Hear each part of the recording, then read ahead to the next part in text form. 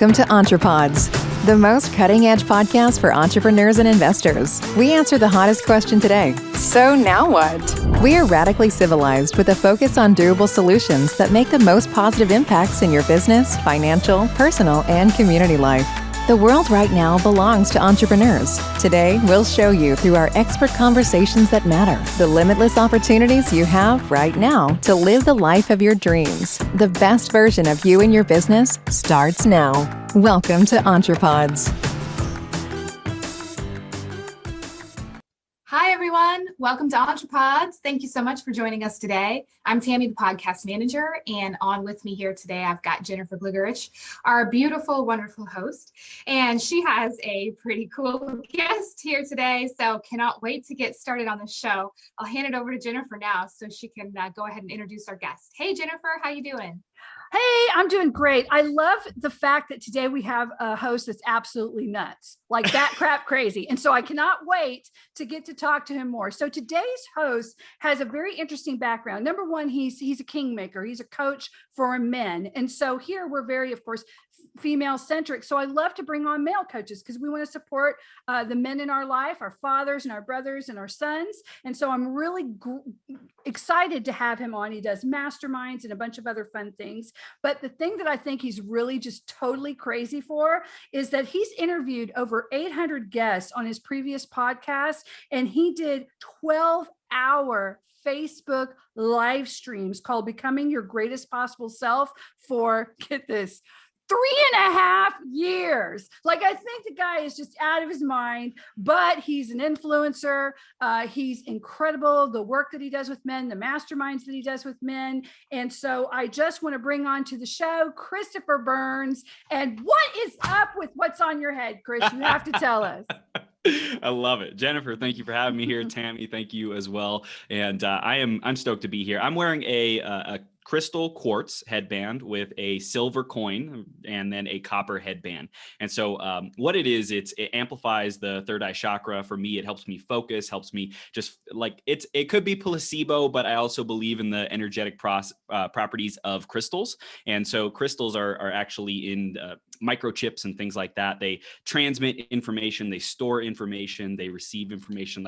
So it's really cool stuff. And I just love diving into this. I have an electrical engineering background. So I'm here to bring the bridge between spirituality and woo-woo and people who don't know how to, tie their shoes and the people who are so analytical and they are just so stuck in their heads that they're not able to truly enjoy life. So I love being that bridge.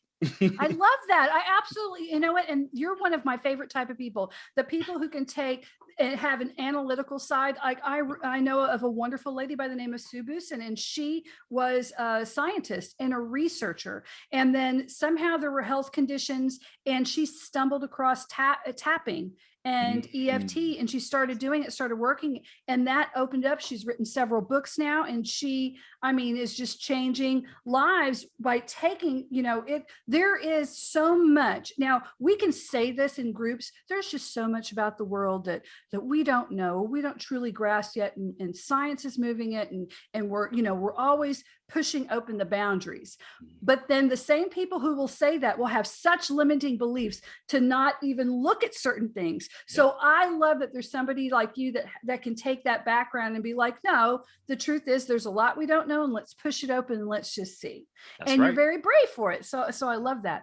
So you work primarily with men and being a men's mastermind coach. So what can you tell us so right now, and when we're taping it, we're all coming out of these lockdowns, and it's, I'm here in Texas, so we're very opened up.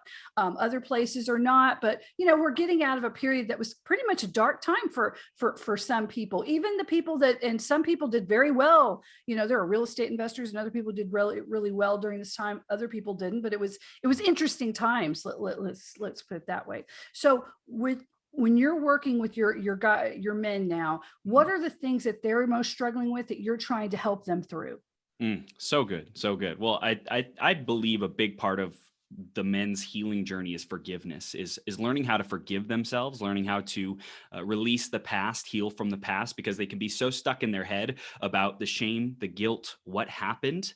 And so to be able to process that, like you said, there's amazing techniques like EFT tapping, there's coaching, there's masterminds to be able to open up and share and be heard, be seen, be vulnerable, be real. And I believe that men, especially today, there's so many masks, there's so many facades, like so many pretenses of what we're supposed to be, who we're supposed to be, how we're supposed to show up as men. And so for me, a big part of the healing is accepting men exactly as they are. And in the 12 steps, they talk about acceptance is one of those very first steps to creating your healing, creating your recovery, right? Accepting where you're at. And so I think that was a big part of my journey. And I know the space that I provide as a coach and a mastermind facilitator is, hey, however you show up is perfect. The key is not to stay there, right? If you don't like where you're at, if you don't like how you're feeling, if you don't like your life that you have created, that's okay. But it's time to take responsibility for it and start changing things, start changing your habits, changing who you're surrounding yourself with, and taking steps towards a better version of you. That's just nuts. We're doing an entire mastermind series about this right now. In fact, I just filmed another live on Zoom about it, about radical honesty and acceptance is the key to change. And you have to take that in and accept it, accept that reality for what it is, and stop gaslighting yourself. And we did a whole thing on how people gaslight themselves and into this inaction. So I am a huge proponent of that, because I see that once you can get through those blocks, and radical acceptance of a situation doesn't mean that you're okay with it. It doesn't mean that, okay, I suffered from years of trauma that probably would have killed somebody else. And it doesn't mean that that was okay. It happened to you. And it doesn't mean you just got to like live in that pain forever. It's like, okay, but this is the reality. So how do I move through it? And it's interesting too, because I think men are really going through it right now. There is such an anti-male movement that I find just so toxic and detrimental. And so having strong men that are leading other men through this to where we can get to a healthier, happier place and more accepting place for everyone, I think is really important. So let's talk about that, because I think men are very much, this is how I'm supposed to be. And now all that's being broken apart. What are some of the lies that men tell themselves that you wish that they could break through, that you're constantly working with them? I guess modern day lies that men say. What do you think? Yeah, well, I think one of the big ones is the lie that the generation or generations before me have the answers that I'm looking for, right? Because it is a new age of being a man. And how I was raised was completely different than how my dad was raised, right? And his emotional coping skills and emotional intelligence and all the things that he learned, he does his best, right?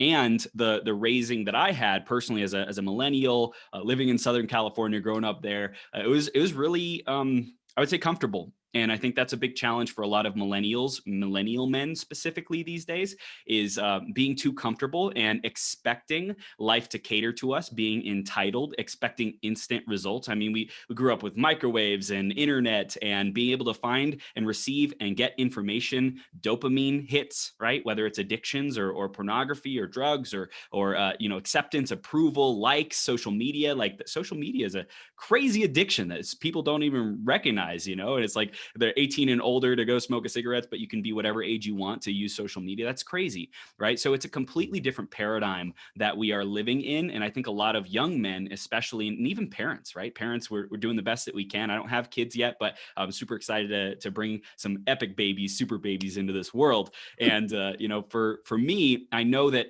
the way I parent is really going to be radically different than how my parents did, because there's just completely different environment, technology, access, and people, kids, how they're growing up, how other parents are raising them.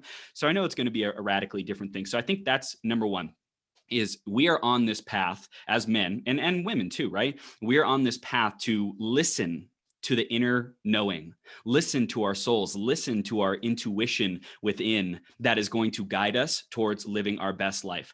The more we tune in to what the media tells us, what people, successful people, I don't care who it is, Grant Cardone, Tony Robbins, whatever, right? If we put these people on pedestals and take their advice as sage wisdom that is not to be questioned, not to be messed with, then I believe that has the strong potential to lead us off track. Whereas what's really required is to come home to ourselves, to reconnect with ourselves. And for me, that was a big part of my journey, is being too feminine and going and listening too much to my intuition and wanting things to be comfortable. And I wasn't creating the results that I wanted in my life. And I know a lot of other young men are having that challenge. And then on the flip side, I swung back and started being too masculine. So my focus is being in the middle, right? Integrating the masculine and the feminine in the most healthy way possible. So the other lies that might come up for guys are it's wrong to feel emotions, right? You got to suck it up. You got to grind it out. You got to grind your way to success. And I think that may have been working and effective in the past, but today it requires a new paradigm to be a man, to even to be a woman, right? Because these roles and these identities are constantly shifting. So we really get to tune back into ourselves, Jennifer. Wow, you just unpacked so much in that little bit. What I think is crazy is that this is such an open conversation that, okay, so I come from an even different generation to where men would never even speak like this. Yep. It was very almost like, this is way before my time, but I still remember meeting people like this when I entered the workforce. So Mad Men, like that sort of hyper masculinity in the workforce. And there was nothing wrong with it. I mean, things got done. I have felt more disrespected as a woman with the current generation of millennials than I ever did among Mad Men. And I had worked with construction and different things. So it's like very bizarre to me that people talk about, oh, the toxic masculinity of Mad Men. And I'm like, yeah, it didn't seem like that bad. Like you were more apt to get violently attacked now, for an opinion, I think. So it's just weird. And I believe it's because men are struggling they don't have a North Star. They don't have this compass right now. And I think that we need to help everybody. Women are the same way. You see women that are completely unfulfilled with their life choices. They went to college and then that was not the experience they thought it would be. And then they come out and they're like, I'm just miserable with all of this. Yeah. And so we've got to shift back. The thing is, we're having this conversation, right? And so this conversation is one that needs to happen. So we can shift back to that. What do you think we should do? So, and you're talking to guys all the time. And by the way, guys, we are talking to Christopher Burns. He's at menmastermind.com. Christopher Burns, menmastermind.com, in case you want to learn more about him. So you're talking to guys all the time through Men Mastermind.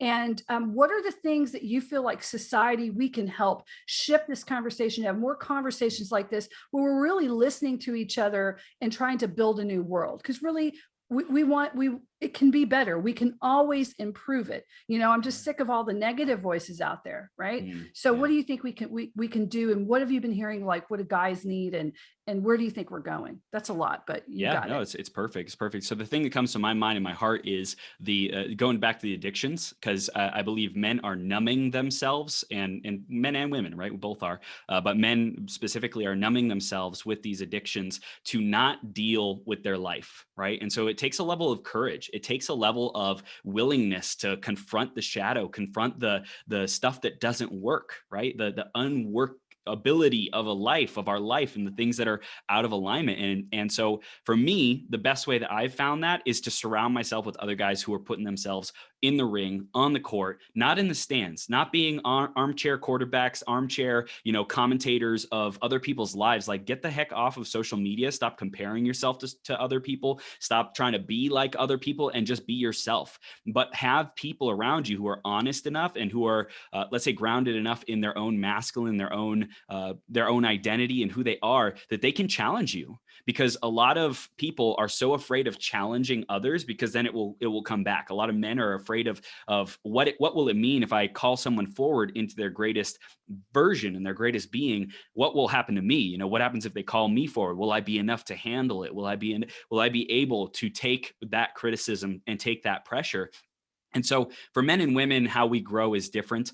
For women, predominantly, it's through community and through sharing and through expressing feelings. That typically tends to be it. And then men tend to grow through challenge. That's why a lot of men resonate with like the army and creating a brotherhood of going towards a goal, going towards something that is a big, hairy, audacious dream, and having brothers by our sides that we face that challenge and overcome that challenge with together. And so for me, going to retreats, going to events, going to these like places where you can be around other like-minded guys and go through your stuff, knowing that you're not alone. So that community part is important, but it's not so much just sharing feelings, right? That's not what fulfills us. It's not what builds those deep bonds. And I believe as men and women, what we're really searching for is connection. What we're really searching for is love. What we're really searching for is mattering, right? We want to matter. We want to leave this earth having done something with our gifts, with our talents, with our abilities.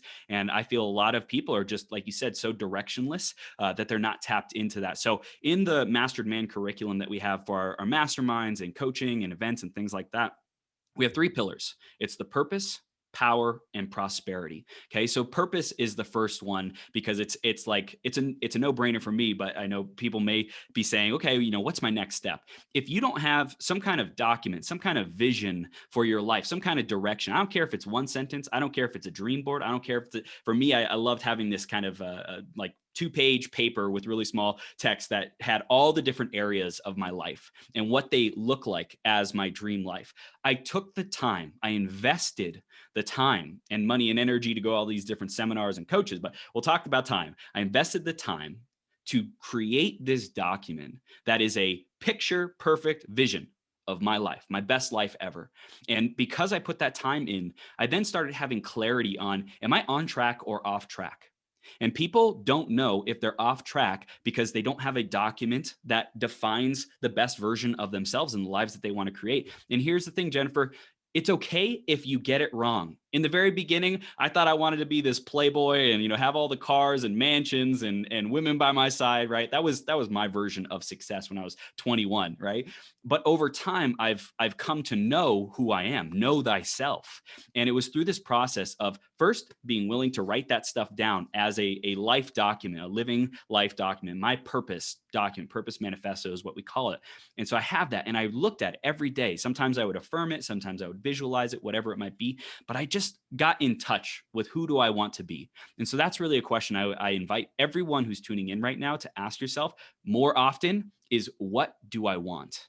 What do I desire? What do I want? What do I choose to create in my life? And so taking the time to write that stuff down, I feel for me, writing, I love communication. I love writing. I love words. They're super powerful.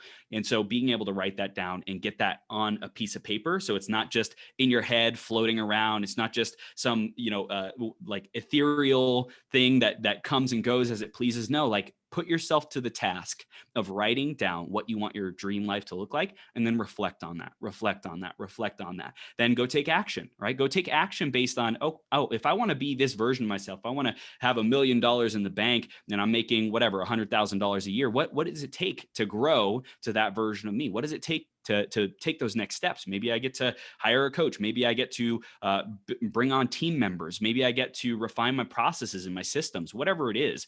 I think that's really key to identify, where do we want to go? Where are we at now? And how do we build a bridge to get there? Yeah, and all sounds so easy too. And I agree. I actually have mine written. I can look at all the time. So I have a personal love goal, and then I have all my other goals for just this year. And I like hand wrote it on this really fancy paper. I go to this place in New Orleans called Papier Plume off of Royale Street. So you got to go there, buy from them. But one of the things you talked about, anesthetizing, we talk about it all the time. And I tell people pain is just pain. It is not something to be avoided at all costs. Pain is just pain. Stop being so terrified of pain that you ruin your entire life. It's like birth. You move through the pain to get to something much better, and you learn through the pain. And so once you stop resisting pain like it's this horrific thing that you must avoid, because that's not true. It's not. It's something that we get. It's telling us something and we move through it somehow to the next thing. That opens up a lot of things in your area, and you're right.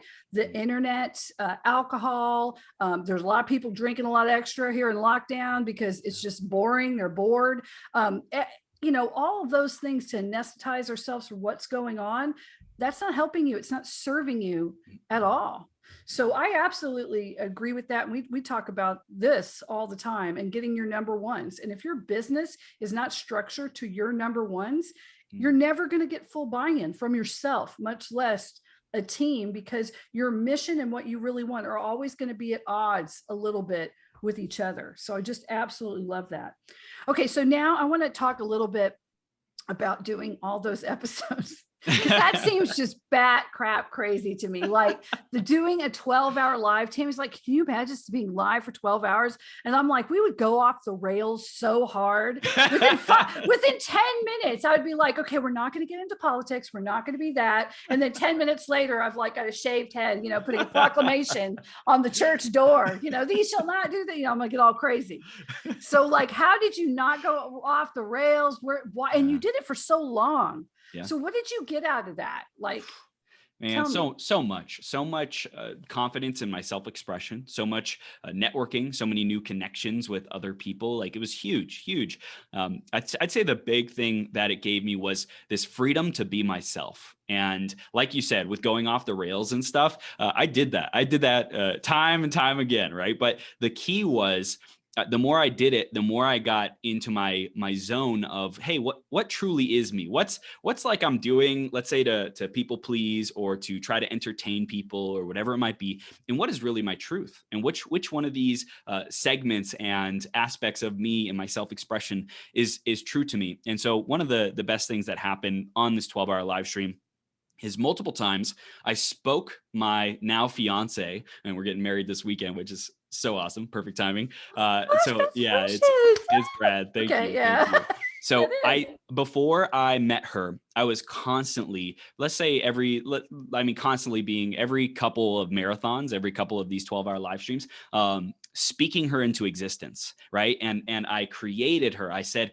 this is who she is. This is all the qualities, the dream qualities about her, what our life is like, what it's like to be around her, how she treats me, how I think about myself when she's around, how she thinks about herself, painting pictures of, hey, we're in Greece, we're on the edge of the Mediterranean, the beautiful candlelit dinner overlooking the ocean, like all this stuff, right? And I'm painting pictures.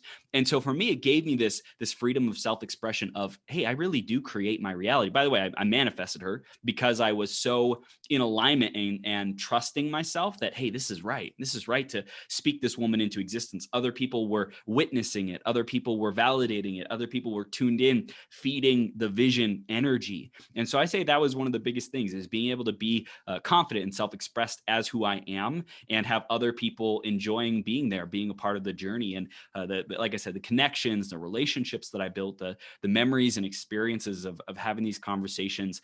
And also, I believe you've also experienced this, when you are around other people and different ways of seeing the world, different ways of thinking, it expands your perspective. It expands how you see the world. In my perspective, it raises my consciousness. It raises the ability to handle a diverse amount of situations, because every guest has like different journeys, different stories. They might be similarities, but the intricacies are there's so much gold in there. And so for me, I fell in love with humanity, with human beings, and learning their stories, learning their journeys. And I find when we are curious about people, that's the most magical state that we can be in. So for anyone who is tuning in right now, and maybe you're finding it difficult to get along with certain people in your life, are you bringing curiosity? Are you bringing openness? Are you bringing wonder to those conversations? Or have you defined those people and said, nope, this is who they are. This is how they is. For me, it gave me a lot of hope and possibility, seeing especially how people have transformed, like their rock bottom moments into who they are today. And for me, seeing myself go from super shy and introverted when I was in high school to being very outspoken. I love being on stage. I love being the center of attention, as you can see with the headband, like all this stuff, right? So I think that's been there was a lot of benefits, Jennifer, but I love the experience. I love the opportunity to really discover who am I, what's my voice. And I highly recommend everyone to create some kind of platform, some kind of place where they can share their thoughts. Maybe it's personally, maybe it's just in a journal, right? Maybe it's just venting, getting it out, whatever it might be. For me, I knew I could add value to other people through conversation, through dialogue, through exploration of ideas and concepts. And sure, there's going to be some times where it's maybe not as valuable as others, or we go off the rails, but that's the fun of it. You're not supposed to live life in a scripted, boxed way. Open up to the chaos, open up to the variety, open up to the change. Amen, Christopher. You'll experience miracles. Yes. And I want to tell everybody, I just was reading something. I think I brought this up to Tammy, where it said the number one concern for like Gen Z or even Gen Y is that they are afraid of free speech. Oof. That there are things that they want to say, but they're afraid to talk. Yeah. And I thought, okay, we have to push back against that with every fiber of our being. You cannot be afraid of your own truth. And you can't be so afraid. Like, listen to Christopher, what he just talked about. So he starts exploring, he starts talking, maybe he goes off the rails. He doesn't worry about getting quote unquote canceled. If you don't care if they cancel you, then it doesn't matter. They have no power. And who is they anyway? A bunch of 12-year-olds? When did we ever listen to teenagers in all of history? We pretty much always blew them off and societies did fine. So let's just blow it off now, right? And so we have to be able to let young people speak, right? And and I get it. And we have to put pressure on the difference between a young person just speaking, trying to figure out who they are, and then somehow 10 years later they want to bring back an old tweet, or then someone actually saying heinous things and getting completely away with it. You know, I think about that director of Guardians of the Galaxy, right? James Gunn. I mean, he said really atrocious stuff, but hey, he's popular, so it's fine. Then some other little person can say something not even bad, and then we're supposed to like just ruin their lives, right? It's just stupid. Don't be so afraid of that, because there is a backlash against it. We're not going to keep on putting up with that anymore. Just go and live your truth, however it's going to be, and find out who you are and meet people, and stop.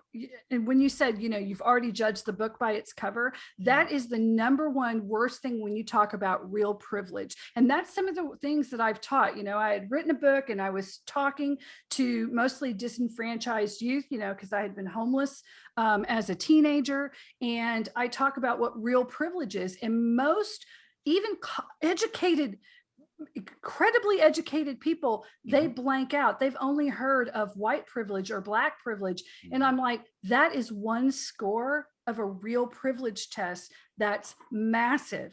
And the only way you can get real privilege is by asking lots of questions, like, were your parents married when you were born? Did you have two parents in the house? Did you go through a divorce? Were you abused as a child? Do you suffer from any, a personality disorder? Do you suffer from a disease? Would you consider yourself beautiful? Would you consider yourself attractive? Do you feel like you are unattractive? Do you have a physical disability that is noticeable in public that people say something about? Were you able to have a car in high school? Did you go on regular transportation? Was that normal for kids around you?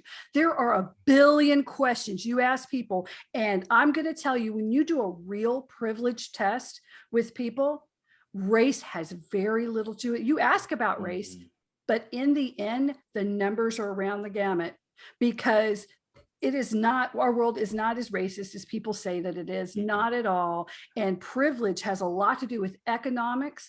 And if you were, you can see the most beautiful supermodel girl on the planet and you're like, oh my God, so much privilege. And then you find out that she suffers from anorexia nervosa, that she takes a ton of pills, that she has the total inability to have a normal relationship. And she was abused and molested as a kid.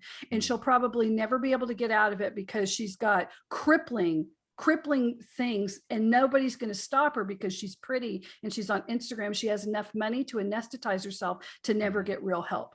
So her actual privilege score, when you look at it as far as are you going to have a happy, successful life, is very low. Her suicide rate is very high, but yet everybody would look at her as the person to be because the little screen on their phone told them to. So we have to get out of all of that and really talk to people and find out about them. And then all of a sudden it's a whole different conversation and it's a whole different world. It's also here you find out in business who's going to scam you or not.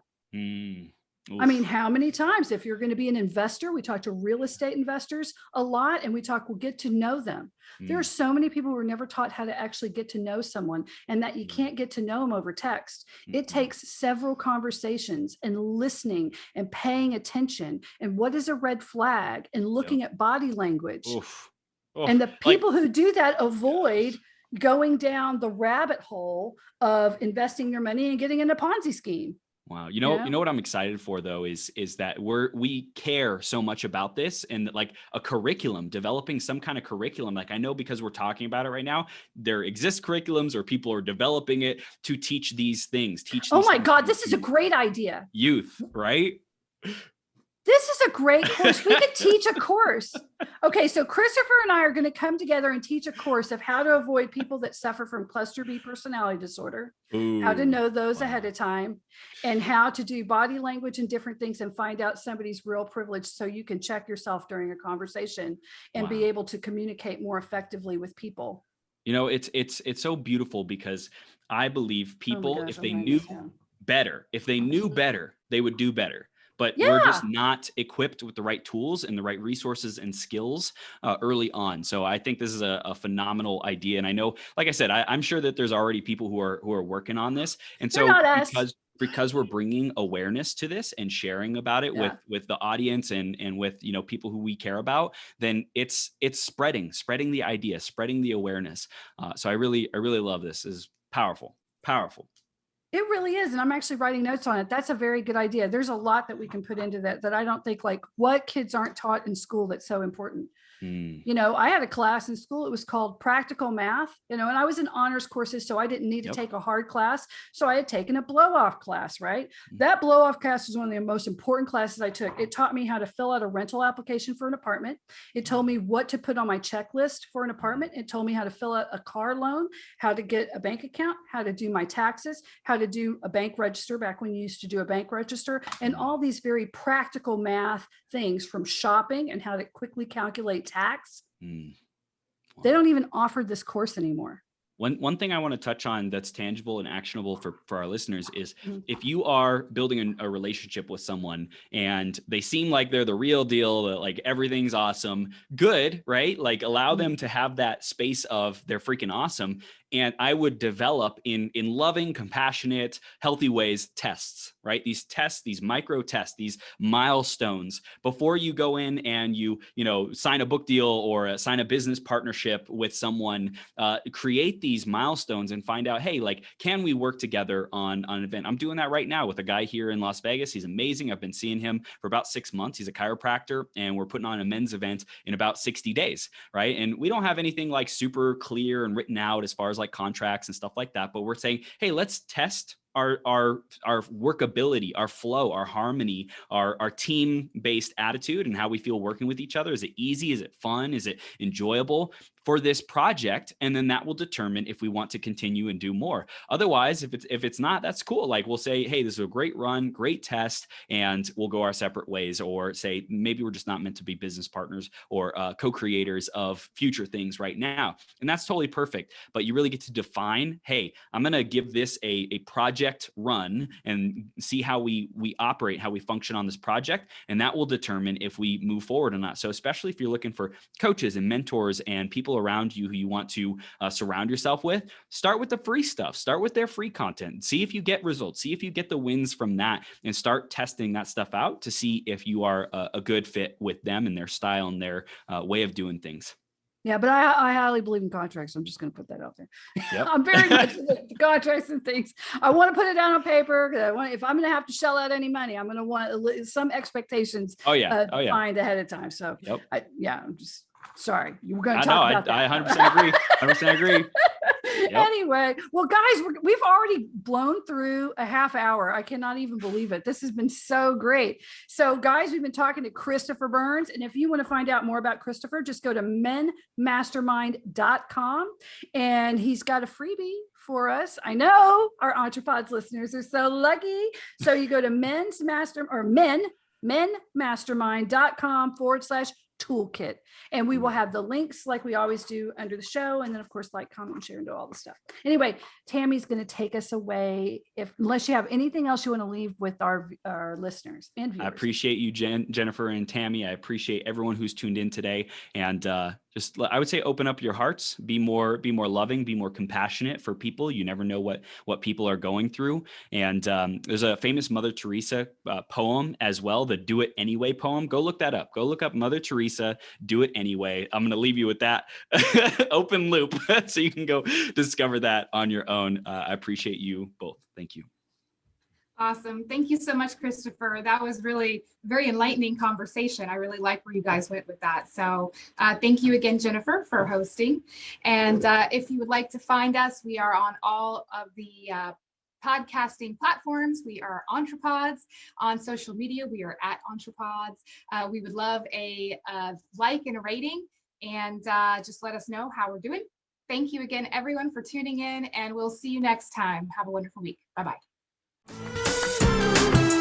Thank you for listening, and please go give us a 5-star rating on your preferred listening platform if you enjoyed the show. This helps us reach more listeners like you and keep booking amazing guests. If you'd like to join our growing EntrePods community, want our social media links to like or share, or inquire about one-on-one strategy calls with our host Jennifer, please visit EntrePods.com. See you next time, and here's to you and your best life imaginable.